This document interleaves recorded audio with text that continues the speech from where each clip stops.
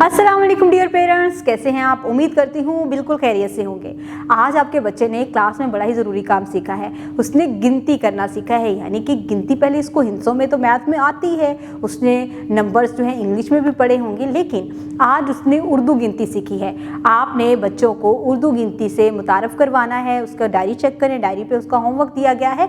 आपने उसके होमवर्क में देखना है कि उसको क्या काम दिया गया है, आपने उसको अपनी निगरानी में वो करवाना है। उसके साथ ही साथ बच्चे ने जो क्लास में एक्टिविटीज़ की हैं उसके मुताबिक आप घर में भी एक्टिविटीज़ करवाएं, और उसके बाद आप बच्चों को उर्दू गिनती जो है वो भी पढ़ना और लिखना सिखाएंगे। रोज़मर्रा इस्तेमाल में आप गिनती का कैसे इस्तेमाल करते हैं, जैसे कि कितने पैसे उसने लिए हैं या उसमें से कितने पैसे उसने खर्च किए हैं, ये हिसाब किताब हम गिनती के ज़रिए करते हैं। उर्दू में हम किस तरह से उसको बोल भी सकते हैं, पढ़ भी सकते हैं और लिख भी सकते हैं, ये भी आपने बच्चे को बताएं। उम्मीद करती हूँ आपने आज की इस वीडियो से बहुत कुछ सीखा होगा। मज़ीद सीखने और जानने के लिए हमारे साथ रहिएगा। मिलते हैं अगली वीडियो में, तब तक के लिए अल्लाह हाफिज़।